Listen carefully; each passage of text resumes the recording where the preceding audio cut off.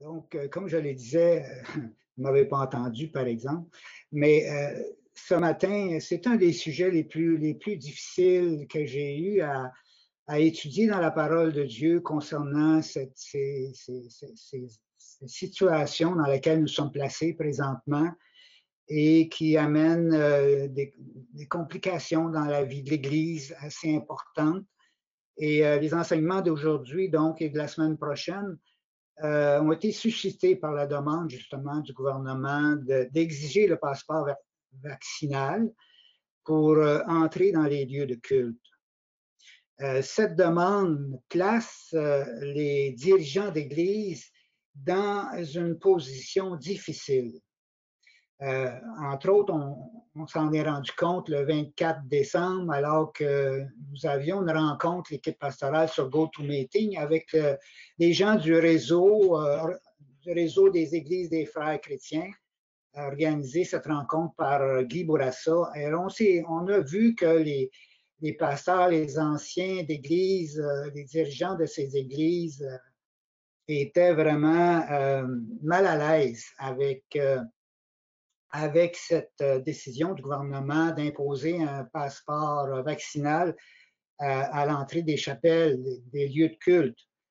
Et donc, on partage tous ce malaise et cette difficulté de comment on va s'y prendre pour régler, pour avancer dans cette question-là. Alors, nous réalisons aussi que combien dans la société actuellement est de plus en plus polarisée autour de ces questions de mesures sanitaires, de pertinence d'être vacciné ou non, de restrictions de se rassembler et l'imposition du passeport vaccinal. Le ton monte, on sent que le ton monte et une atmosphère de guerre froide, pour ne pas dire presque de guerre ouverte, est en train de se développer entre les différentes positions. Et ces différences de point de vue se retrouvent aussi, dans une certaine mesure, à l'intérieur des familles, dans les milieux de travail et dans les églises. Et tout cela affecte les relations les uns avec les autres. Mon propos ce matin, ce n'est pas de prendre parti ou de justifier le bien fondé d'une position par rapport à une autre. C'est plutôt de chercher comment aborder d'une manière chrétienne quelles sont les vérités qu'on devrait se rappeler, considérer dans un contexte comme nous vivons. Chercher comment aborder d'une manière chrétienne cette situation de divergence d'opinion qui peut affecter la préservation de l'unité de l'Église. On sait que l'unité des croyants, c'était une préoccupation importante, une préoccupation très importante chez les apôtres. Dans tous les écrits des apôtres, on retrouve des textes qui s'adressent à cette problématique de l'unité des croyants. Et ici, le texte que nous avons ce matin, c'est le texte dans Éphésiens chapitre 4, versets 1 à 3, écrit par l'apôtre Paul. Je vous exhorte donc, moi, le prisonnier dans le Seigneur, à marcher d'une manière digne de la vocation qui vous a été adressée, en toute humilité et douceur, avec patience, vous supportez-vous les uns les autres avec amour, en vous efforçant de conserver l'unité de l'esprit par le lien de la paix.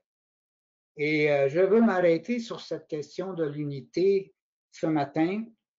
Cette unité de l'esprit, cette unité des croyants, Jésus, dans sa prière en chapitre 17 de Jean, avant d'être crucifié, avait adressé cette demande justement à son Père. Il priait pour l'unité de tous les croyants suite à sa résurrection et à son ascension au ciel. Et donc, cette demande du Seigneur Jésus pour l'unité des croyants a été réalisée. Elle a été réalisée justement au jour de la Pentecôte et par la suite. La prière du Seigneur a été accomplie par l'envoi du Saint-Esprit qui a uni tous les croyants en un seul corps, l'Église, le corps de Christ. Donc, ce matin, j'aimerais avant tout que nous réfléchissions à l'importance de cette vérité de l'unité du corps qui a été accomplie par Dieu par le don de son Esprit Saint à tous les croyants et par notre immersion, chacun des croyants, dans l'Esprit Saint pour former un seul corps. Nous avons tous, sans exception, nous qui sommes croyants en Jésus-Christ, nous avons tous, en effet, été baptisés dans un seul esprit pour former un seul corps. Toutes les divisions qui peuvent exister s'estompent dans notre unité de corps, dans l'Esprit Saint et dans l'unité du corps de Christ, soit juif, soit grec, soit esclave, soit libre, et nous avons tous été abreuvés d'un seul esprit. Le corps de Christ, l'Église, est une création de Dieu, de son esprit. Et pour paraphraser le langage de l'apôtre Jean dans Jean 1,13, l'existence de l'Église ne vient pas du sang, ni de la volonté de la chair, ni de la volonté de l'homme, mais de Dieu, de son esprit. Et à cause de cela, de cette essence du corps qui est de Dieu, qui est divine, eh bien, l'Église, et ça, c'est une grande vérité à se rappeler dans un contexte d'oppression et de menaces de division de toutes sortes, l'Église, dans son essence, parce qu'elle vient de Dieu et qu'elle est constituée par Dieu, l'Église et son unité sont indestructibles. L'Église, le corps de Christ, est un. L'Église est une, indivisible et indestructible. Les portes du séjour des morts ne prévaudront point contre elle. Elle subsistera éternellement, quelles que soient les circonstances qui peuvent l'affecter dans son existence terrestre actuelle. L'Église est une, indivisible et indestructible, et elle va demeurer pour l'éternité. Ça, c'est une vérité fondamentale à comprendre. Ce corps qui a été créé, cette unité est l'œuvre de Dieu. L'unité du corps n'est pas l'œuvre de l'homme, elle est l'œuvre de Dieu. Toujours se rappeler cela. Éphésiens 4, versets 4 à 6, à la suite de ce qu'on vient de lire, décrit des facteurs d'unité qui lient les croyants entre eux. Et vous remarquerez qu'aucun de ces facteurs d'unité qui sont à la base de l'existence même de l'Église, aucun de ces facteurs n'est l'œuvre de l'homme, mais ça provient de Dieu. Il y a un seul corps et un seul esprit. Le corps est formé par justement ce lien que nous avons tous dans l'Esprit Saint. Comme aussi vous avez été appelés à une seule espérance, cette espérance nous a été donnée par Jésus-Christ, par sa mort et sa résurrection, l'espérance de la vie éternelle. Et nous avons tous cette espérance qui nous vient de notre Sauveur. Espérance qui nous a été donnée par notre vocation. L'idée de vocation ici, c'est l'appel de Dieu, cet appel que Dieu a placé dans chaque croyant pour que irrésistiblement chaque élu de Dieu vienne à la connaissance du salut en Jésus-Christ. Il y a un seul Seigneur, Jésus-Christ, une seule foi, la foi en Christ, Jésus, Fils de Dieu Sauveur. Un seul baptême, être baptisé au nom du Père, du Fils et du Saint-Esprit, un seul Dieu et Père de tous, qui est au-dessus de tous et parmi tous et en tous. Tous ces facteurs d'unité sont l'œuvre de Dieu. Je le redis encore, le corps de Christ, l'Église, dans sa nature même, est une, indivisible et indestructible. On peut fermer les portes du bâtiment dans lesquelles l'Église se rassemble. On peut emprisonner ses membres, les tuer même. Mais on ne peut pas détruire l'existence et l'unité de l'Église du corps de Christ qui réside en Dieu et qui est hors de la portée de ceux qui veulent la détruire. Au retour de Christ, ceux qui sont morts dans la foi en lui seront ressuscités et ceux qui sont vivants seront enlevés ensemble avec ceux qui viendront d'être ressuscités à la rencontre du Seigneur dans les airs pour être avec lui pour l'éternité. Telle est notre assurance, telle est notre consolation, telle est notre joie. Cependant, si l'Église, dans sa nature même, dans son essence, est l'œuvre de Dieu, une, indivisible et indestructible, dans son fonctionnement interne, c'est là que se joue notre rôle à nous maintenant. Notre responsabilité, quelle est notre responsabilité vis-à-vis l'unité créée par le Seigneur, l'unité du corps de Christ?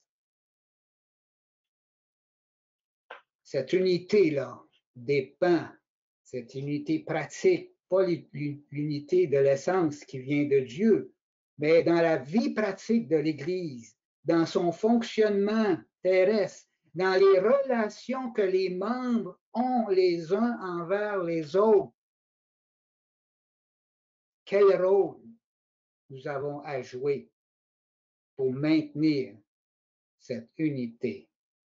Eh bien, nous voyons ici, je vous exhorte donc, moi le prisonnier dans le Seigneur, à marcher d'une manière digne de la vocation qui vous a été adressée, en toute humilité et douceur, avec patience, supportez-vous les uns les autres avec amour, en vous efforçant de conserver l'unité de l'esprit par le lien de la paix. C'est là qu'intervient notre responsabilité personnelle de membre du corps de Christ. Rechercher activement à maintenir l'unité créée par Dieu par l'Esprit Saint, à maintenir cette unité dans nos rapports les uns avec les autres par le lien de la paix.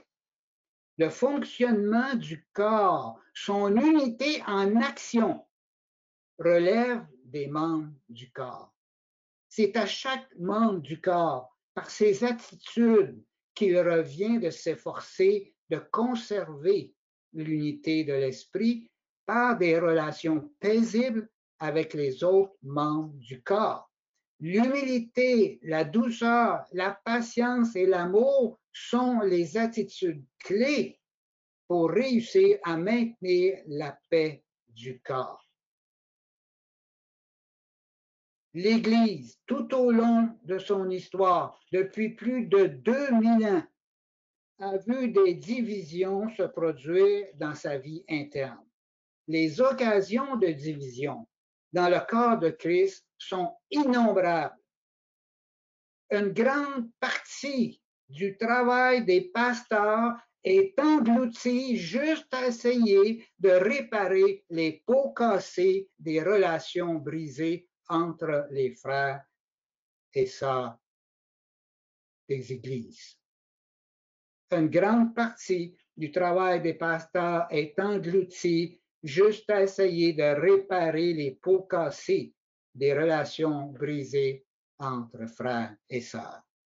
Aujourd'hui, dans le contexte d'une pandémie, les églises sont soumises à des contraintes venant du gouvernement. Or, ces contraintes, et je ne discute pas ici de leur validité, mais ces contraintes affectent la vie du corps, son fonctionnement et la relation que les membres ont les uns envers les autres. Ces contraintes pose aussi tout un casse-tête aux dirigeants des églises. Je dois avouer que les changements fréquents de mesures gouvernementales et leurs implications sur la vie de l'Église sont une préoccupation qui pèse lourd à la longue sur l'équipe pastorale. Comment continuer à paître adéquatement tout le troupeau de Dieu? Car cette responsabilité nous a été confiée à nous qui avons la direction pastorale de l'Église. Nous avons, frères et ça, vous devez le comprendre, nous, en tant que responsables, nous avons la responsabilité pastorale envers tout le troupeau de Dieu sans exception. Lorsque nous avons du Seigneur Jésus dans sa parole, faites paître le troupeau de Dieu qui est avec vous. Faites paître le troupeau de Dieu qui est avec vous. Non par contrainte, mais volontairement selon Dieu, ni pour un gain sordide, mais de bon cœur, non en tyrannisant ceux qui vous sont confiés, mais en devenant les modèles du troupeau. Prenez donc garde à vous-même et à tout le troupeau, et j'insiste, prenez donc garde à tout le troupeau au sein duquel le Saint-Esprit vous a établi évêque pour faire paître l'Église de Dieu qui s'est acquise par son propre sang. Acte 20, verset 28. L'imposition du passeport vaccinal aux églises crée une nouvelle situation qui n'existait pas jusqu'à maintenant. Jusqu'à cette nouvelle mesure, tous les croyants vaccinés ou non avaient une libre entrée dans les lieux de culte. Notre Église appliquait des règles sanitaires de masques, distanciation et nombre limité de personnes. Les choses ont assez bien fonctionné sans qu'aucune éclosion, et merci à Dieu pour ça, ait eu lieu du milieu de nos réunions d'église. Tous les membres de l'Église des Moulins avaient accès aux réunions de l'Église. Maintenant, le gouvernement demande aux églises d'appliquer une mesure qui va distinguer entre ceux qui sont vaccinés et ceux qui ne le sont pas. Comment réagir à cela en tant que dirigeant d'Église à qui Dieu a confié tout le troupeau? Et parce que nous appartenons tous, vous et moi, à un même corps, nous sommes tous concernés par nos frères et sœurs qui seront exclus d'entrer à la chapelle parce qu'ils ne pensent pas comme la majorité au sujet de la vaccination. Nous sommes éternellement liés les uns aux autres. Ce sont nos frères et nos sœurs qui appartiennent au corps de Christ que le gouvernement nous demande de mettre une certaine exigence sur eux. Ce sont des membres du corps de Christ à qui nous sommes unis à eux maintenant et pour toujours. Nous ne pouvons pas simplement les renvoyer à eux-mêmes du revers de la main. Peut-être pourrions-nous dire comment pouvons-nous les aider dans ce contexte d'imposition du passeport vaccinal? En tant que corps de Christ, comment pouvons-nous réagir d'une manière qui soit en accord avec l'amour de Christ pour tous les membres de son corps? Christ regarde comment nous traitons les uns les autres. Christ regarde comment nous traitons les membres de son corps. Et il prend grand plaisir lorsque nous prenons soin les uns des autres. Un seul verre d'eau, a-t-il dit, donné aux siens, lui procure une grande joie personnelle. C'est à moi que vous l'avez fait, dit-il. Et cela nous mérite son approbation lorsqu'on agit de cette façon avec amour, en prenant soin les uns des autres. Mais l'inverse est aussi vrai. L'absence de considération pour ceux qui sont à lui l'attriste et suscite sa désapprobation. En tant qu'équipe pastorale, nous réfléchissons là-dessus. Réfléchissons ensemble comme Église, car nous sommes tous concernés par cette situation. Ça, c'est le premier point que je voulais mentionner ce matin, la question que nous formons un corps dont l'essence vient de Dieu, dont la constitution vient de Dieu, un corps qui est un, indivisible et indestructible. Le deuxième point que j'aimerais vous apporter ce matin, nous allons le trouver dans un autre texte de l'apôtre Paul qui pourrait nous aider. Je pense que c'était un des textes qu'il faut absolument examiner et c'est un des textes qui peut nous aider à réfléchir sur les attitudes à avoir dans un contexte où les croyants à l'intérieur d'une église ont des positions différentes sur un sujet qui n'est pas, évidemment, une position doctrinale, fondamentale ou une affaire de conduite immorale. Paul nous parle de cette situation où il peut y exister dans l'Église des positions, des croyances ou des opinions, des convictions sur un sujet qui n'est pas de nature doctrinale ni de nature d'éthique chrétienne. Il peut exister des divergences de point de vue, mais c'est une situation qui comporte des dangers, des risques, et Paul nous donne dans un texte de Romains 14 et suivant, nous allons regarder ça ce matin, nous donne l'attitude que nous devons avoir dans le cas d'opinions qui divergent au sein d'une même congrégation sur des points de nature qui ne sont pas fondamentaux ni d'éthique chrétienne. Comment maintenir le lien de la paix quand surgissent des questions secondaires sur lesquelles les croyants peuvent avoir des opinions différentes? Voici ce que l'apôtre Paul nous dit dans les 3 premiers versets du chapitre 14 de Romains 14. Faites accueil à celui qui est faible dans la foi et ne discutez pas sur les opinions. Tel quoi pouvoir manger de tout, tel autre qui est faible, là il donne des cas qui se passaient dans l'Église de Rome, des divergences de point de vue sur des questions d'aliments qu'on peut manger ou qu'on ne peut pas manger.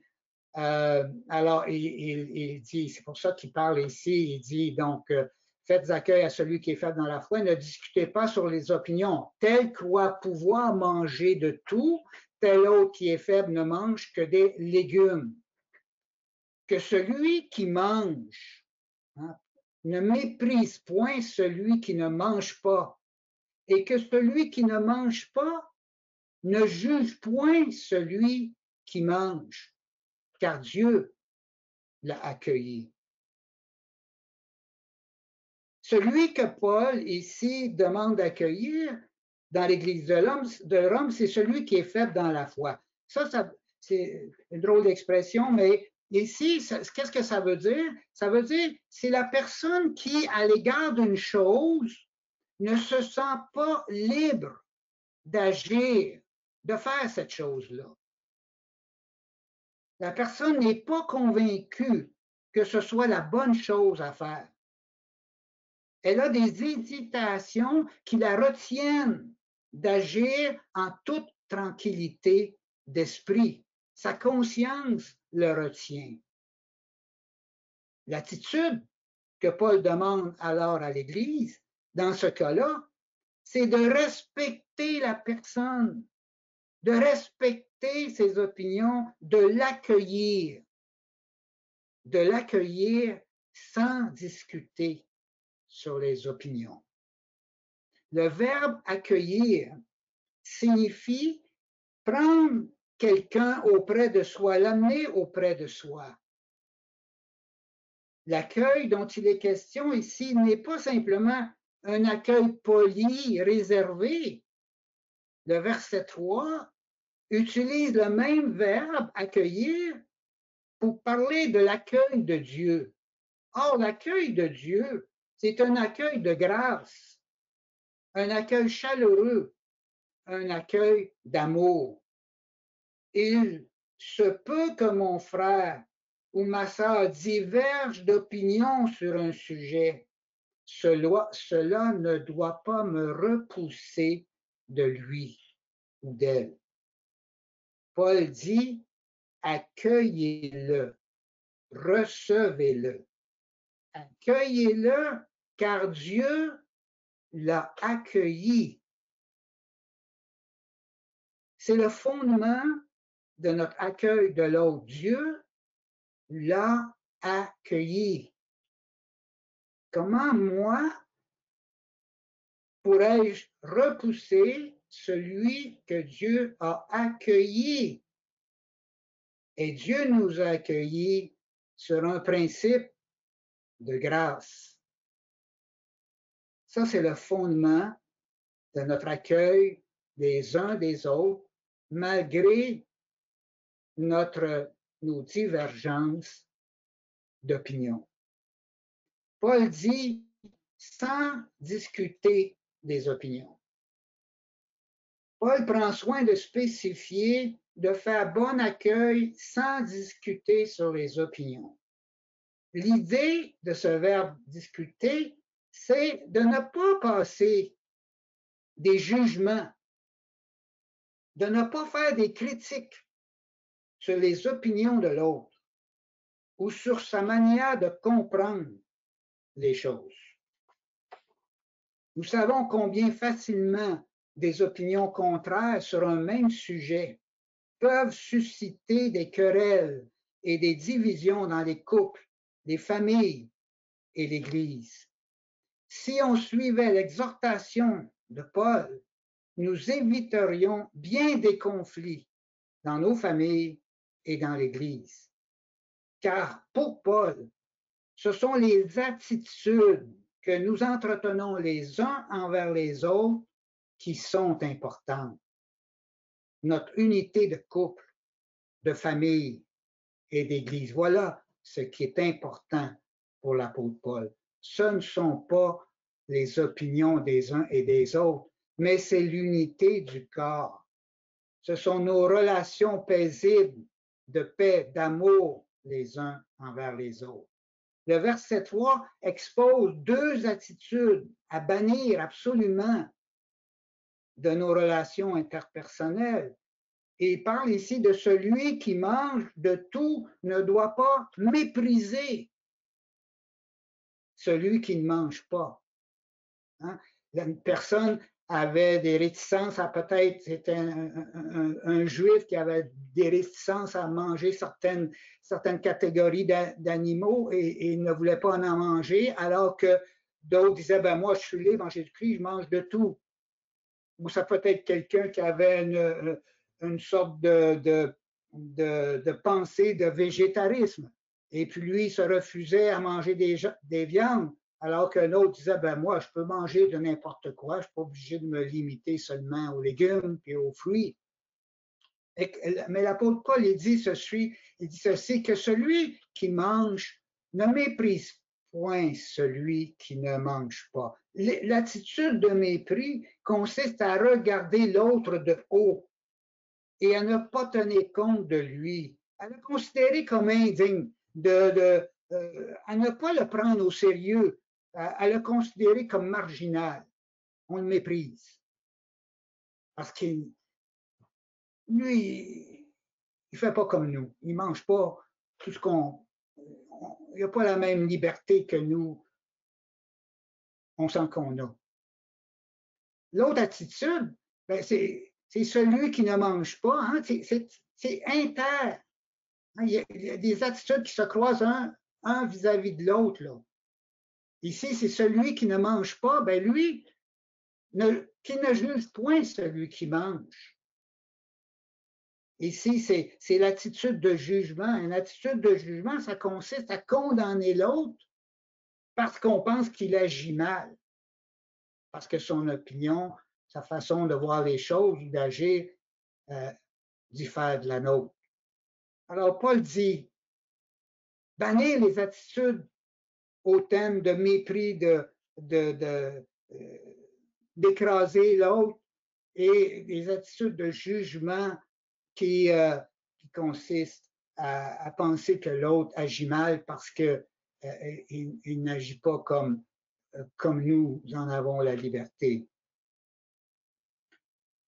Paul nous dit à la fin de toute cette exhortation dans Romains 14, qui s'étend jusqu'en Romains 15, et il termine dans les derniers versets en disant ceci, faites-vous mutuellement bon accueil, comme Christ vous a accueilli.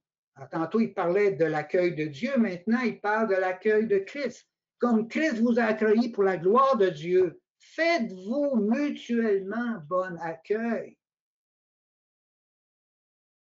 Gloire à Dieu, gloire à Christ qui nous a accueillis par sa grâce et non par nos mérites. Et nous devons, puisque Christ a accueilli mon frère, ma soeur qui ne pense pas comme moi, qui n'a pas la même opinion que moi, puisque Christ l'a accueilli, alors nous devons, nous aussi, mutuellement, nous faire bon accueil dans le corps de Christ. Et Paul continue dans Romains 14 au verset 4, et il dit ceci, celui qui peut juger les opinions, c'est pas le membre du corps, c'est pas le croyant, c'est le Seigneur qui est le juge des opinions de chacun dans le corps. Qui es-tu, toi, qui juge un serviteur d'autrui? Hein? Il appartient au Seigneur, c'est lui son Seigneur. Et s'il se tient debout ou s'il tombe, ça ne te regarde pas, ça regarde son maître, son Seigneur. Mais il se tiendra debout car le Seigneur a le pouvoir d'affermir ses serviteurs. Qui es-tu, toi, qui juge un serviteur d'autrui? L'apôtre Paul, ici, nous dit que le rôle de juge ne nous appartient pas. Celui qui juge les opinions des uns des autres, eh bien, c'est le Seigneur. À qui appartient chacun des membres du corps et qui est la tête du corps. Et Paul continue en Romains 14, 5 en amenant un point très important. Notre opinion, hein, quelle que soit notre opinion cependant doit reposer sur une pleine conviction. Et ça, c'est important ici. Les convictions que nous avons, les opinions que nous avons doivent être fondées. Tel, et il dit dans Romains 14, 5, tel fait une distinction entre les jours. Là, il parle d'un autre problème qu'il pouvait y avoir dans l'Église, à part celui des viandes que les uns mangeaient, que les autres ne se sentaient pas libres de manger. Il parle ici qu'il y avait des gens qui considéraient les jours dans l'année, certains jours plus importants que d'autres, peut-être reliés à des fêtes particulières, peut-être même des fêtes que les Juifs étaient habitués de célébrer dans l'Ancien Testament, des fêtes annuelles dans la liturgie, si on veut, judaïque. Et on sait qu'à Rome, il y avait des croyants qui provenaient du milieu juif. Alors, peut-être qu'il y avait des gens qui faisaient une distinction entre les jours, mais d'autres dans l'Église qui n'avaient peut-être pas cet arrière-plan-là, qui avaient un arrière-plan païen, eh bien, eux, ils se disaient, ben, pour nous, tous les jours sont égaux. Ils appartiennent tous au Seigneur.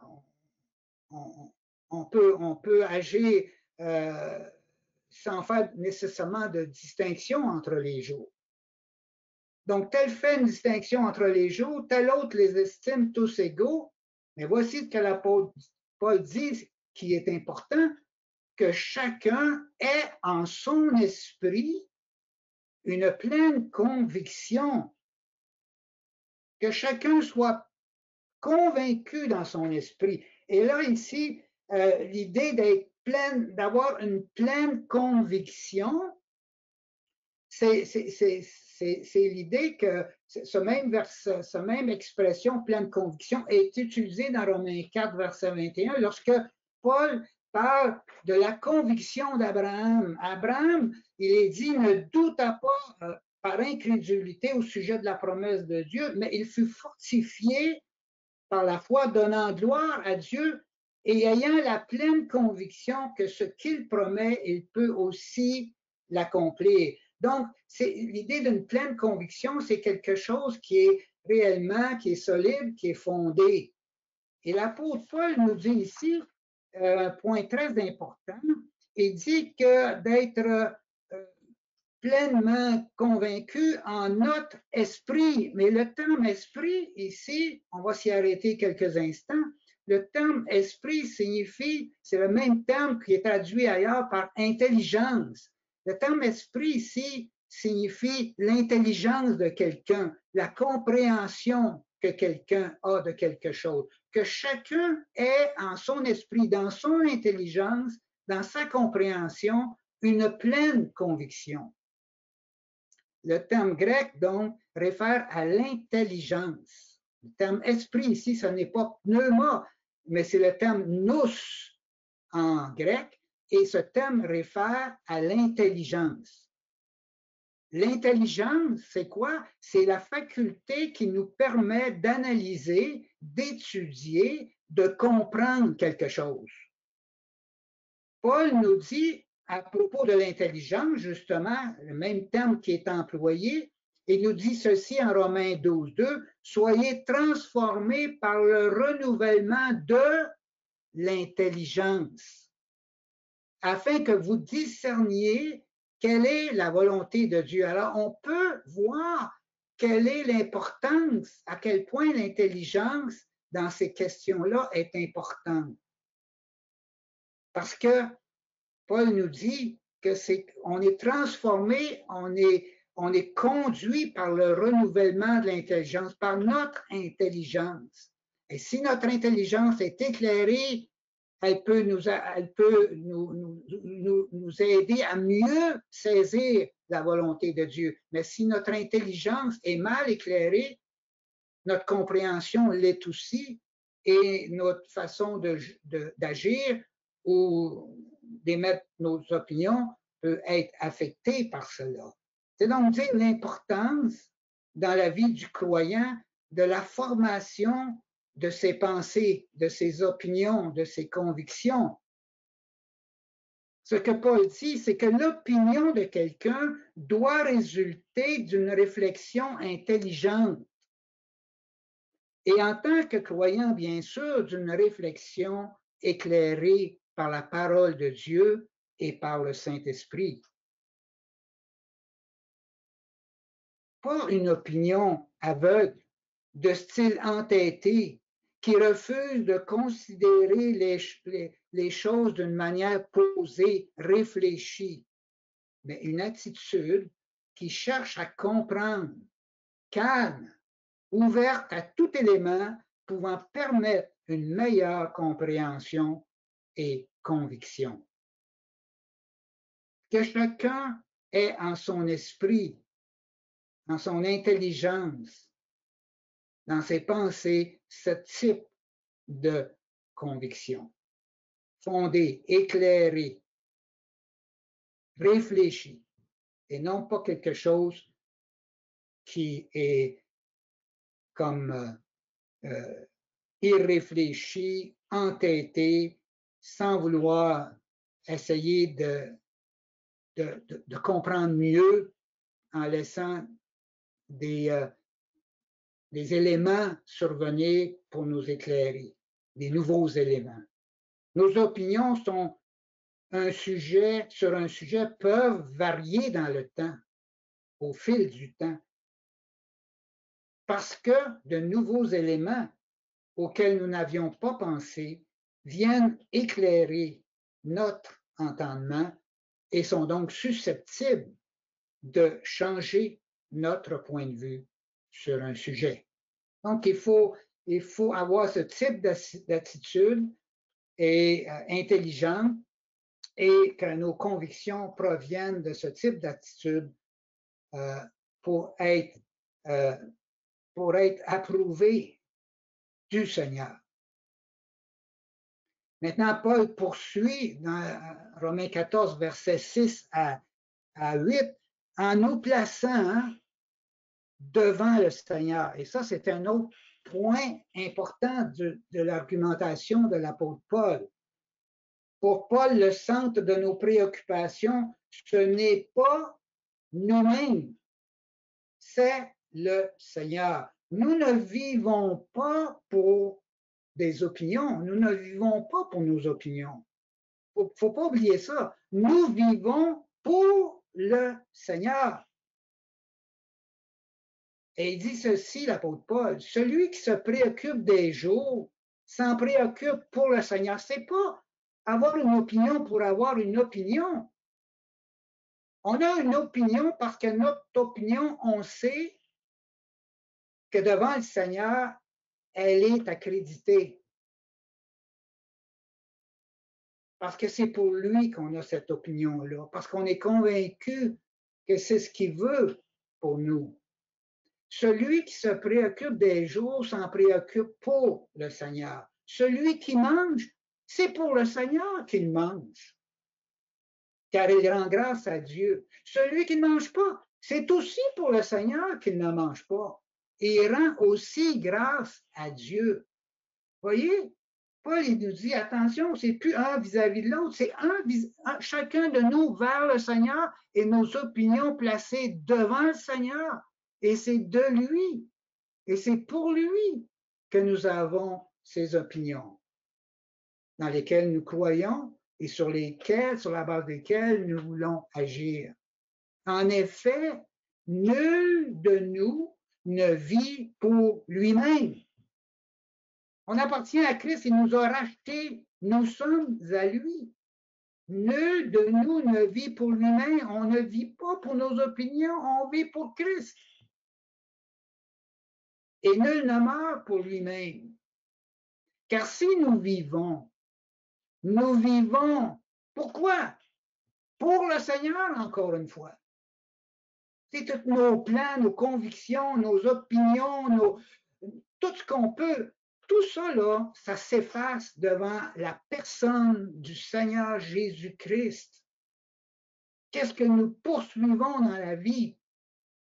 Nous poursuivons de plaire, de glorifier notre Seigneur qui nous a rachetés et pour qui nous vivons. Si nous vivons pour le Seigneur. Et si nous mourons pour le Seigneur. Soit que nous vivions, soit que nous mourions, nous sommes au Seigneur. Dans ces versets, donc, Paul nous dit que nous ne sommes plus à nous-mêmes, nous sommes au Seigneur. Nous devons vivre nos vies et développer nos opinions, non en considérant nous-mêmes, mais en considérant le Seigneur, son intérêt à lui. C'est au Seigneur que nous appartenons.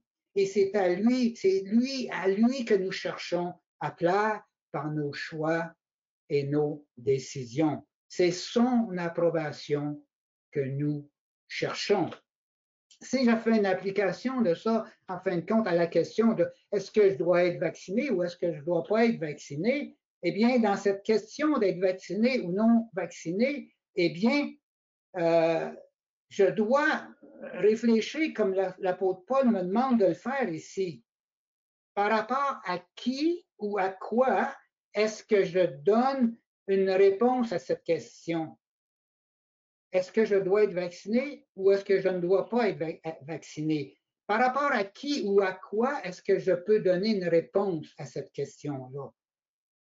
Qu'est-ce que je cherche à accomplir en étant vacciné ou en n'étant pas vacciné?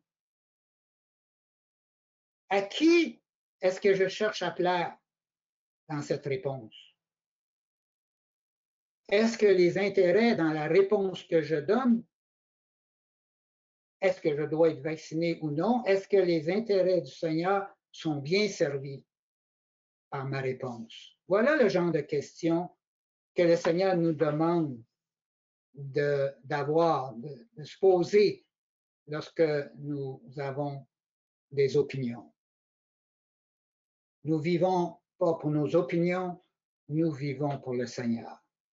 Et Paul nous parle dans les derniers versets ici que, ultimement, nous rendrons compte au Seigneur de nos opinions, de nos décisions, de nos choix dans notre existence terrestre et dans la façon dont nous aurons accompli notre rôle à l'intérieur de son corps, de son Église sur terre, dans nos relations les uns avec les autres. Paul nous dit ceci: Christ est mort, il est revenu à la vie pour être le Seigneur des morts et des vivants. On rendra tous compte. Ceux qui sont morts vont ressusciter, vont rendre compte. Ceux qui sont vivants au retour du Seigneur vont rendre compte devant le tribunal de Dieu. Mais toi, pourquoi juges-tu ton frère? Ou toi, pourquoi méprises-tu ton frère? Hein? À cause de ses opinions. Nous comparaîtrons tous devant le tribunal de Dieu. C'est là que les choses vont être mises en lumière. C'est là que les choses vont être réglées. Car il est écrit, je suis vivant, dit le Seigneur, tout genou fléchira devant moi et toute langue donnera gloire à Dieu. Toute langue donnera gloire à Dieu. Pas d'autre que lui. Ainsi, chacun de nous rendra compte à Dieu pour lui-même. Conséquence de cela, puisque le jugement appartient à Dieu, au tribunal de Dieu, ne nous jugeons donc plus les uns les autres sur des questions d'opinion. Le problème pour Paul n'est pas que nous ayons des opinions différentes sur un sujet qui est secondaire, un sujet qui n'est pas une question essentiellement doctrinale très importante ou un sujet d'éthique morale, comme on voit par exemple dans 1 Corinthiens 5, où quelqu'un avait la femme de son père, où Paul parle aussi de ceux qui vivent comme débauchés ou ceux qui sont cupides ou idolâtres. C'est sûr que ces questions-là amènent une séparation du corps de Christ dans le fonctionnement du corps de Christ. Et Paul même dit, on doit mettre à l'exclusion ces personnes qui ne prêchent pas l'humanité ou la divinité de Christ, ou les personnes qui ont une éthique de vie chrétienne complètement en désaccord, en opposition avec la volonté claire de Dieu. Mais pour ce qui est des questions secondaires comme des questions d'opinion, eh bien, l'apôtre Paul nous dit que ce n'est pas un problème d'avoir des opinions différentes dans le corps de Christ. Le problème est la manière dont nous traitons les uns les autres à cause d'opinions différentes. Car cela a de graves conséquences sur la paix du corps et sur sa vie interne. Ne tombons donc pas dans le piège du diable qui veut introduire dans l'Église les sujets de discorde qui viennent du monde. Le diable veut introduire dans l'Église les sujets de discorde qui viennent du monde. Ensemble, frères et sœurs, déjouons le diable et ses manœuvres pour introduire dans le corps de Christ des pommes de discorde. En terminant, j'aimerais mentionner vous donner quelques applications à ce que nous venons de voir. Premièrement, première application, attention, dans notre vécu d'Église, dans notre vie interne, dans nos relations les uns avec les autres, dans notre fonctionnement comme Église. Attention de ne pas transporter dans l'Église la polarisation qu'on voit dans le monde. Gardons notre calme et cherchons à comprendre ce que l'Esprit dit à l'Église des Moulins. Deuxièmement, respectons l'opinion de chacun. Suivons la recommandation de l'apôtre Paul. Respectons l'opinion de chacun sans essayer de convaincre l'autre à coups d'arguments pour démontrer qu'il a tort et que nous avons raison. Prenons garde même dans nos propos ou nos prières à ne pas placer notre opinion comme si elle était la seule valable. Troisièmement, que chacun amène son opinion devant le Seigneur et qu'il demande au Seigneur de quelle façon il doit se conduire pour être en accord avec lui. Quatrièmement, se rappeler cette vérité de base fondamentale, essentielle, se rappeler que tous les croyants, en dépit de leurs opinions, sont un en Christ, qu'ils appartiennent tous au même corps et sont tous participants de la même espérance éternelle, soit juifs, soit grecs, soit esclaves, soit libres, soit hommes, soit femmes, et on pourrait dire soit vaccinés, soit non vaccinés. Tous, nous sommes un en Christ Jésus. Cinquièmement, prions pour nos gouvernements. Je ne le répéterai jamais assez. Prions pour nos gouvernements afin que nous menions, et c'est une exhortation claire dont nous voyons toute l'importance et la portée aujourd'hui. Prions pour nos gouvernements afin que nous menions une vie paisible et tranquille en toute piété et dignité. 1 Timothée, chapitre 2, verset 2, afin que nous menions une vie paisible et tranquille en toute piété et dignité. Nous pouvons jouer un rôle, frères et sœurs, dans l'état, l'atmosphère, l'ambiance de notre société et ce qui lui arrive par nos prières. Sixièmement, prions que Dieu donne à l'équipe pastorale et à l'Église des Moulins, à tous ses membres ensemble, prions que Dieu donne à l'équipe pastorale et à l'Église des Moulins sa sagesse dans les circonstances actuelles. Jacques nous dit, si quelqu'un manque de sagesse, il la demande à Dieu et elle lui sera accordée s'il la demande avec foi et sans que Dieu fasse de reproches. Prions que Dieu donne à l'équipe pastorale et à l'Église des Moulins sa sagesse dans les circonstances actuelles.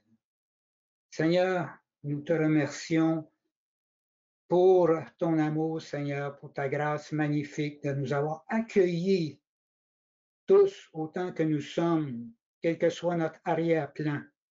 Tu nous as accueillis, Seigneur, par ta grâce.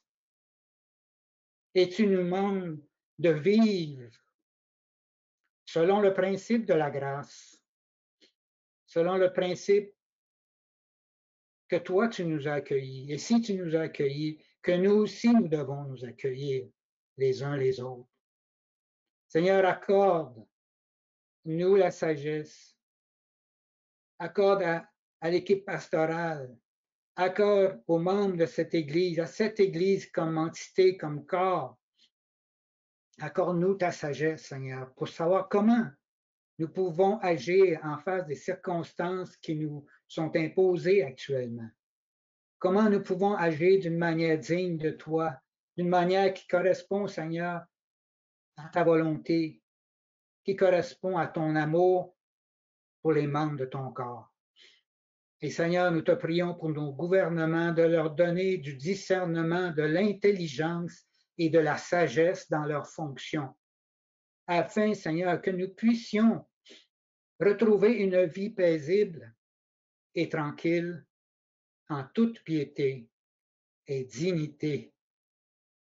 Et Seigneur, nous comme chrétiens, si le monde ne le fait pas, nous comme chrétiens, nous le ferons, nous te rendrons gloire, Seigneur, et nous te rendrons grâce pour ces réponses à nos prières. Frères et sœurs, je vous remercie de votre attention et je vous souhaite une excellente semaine.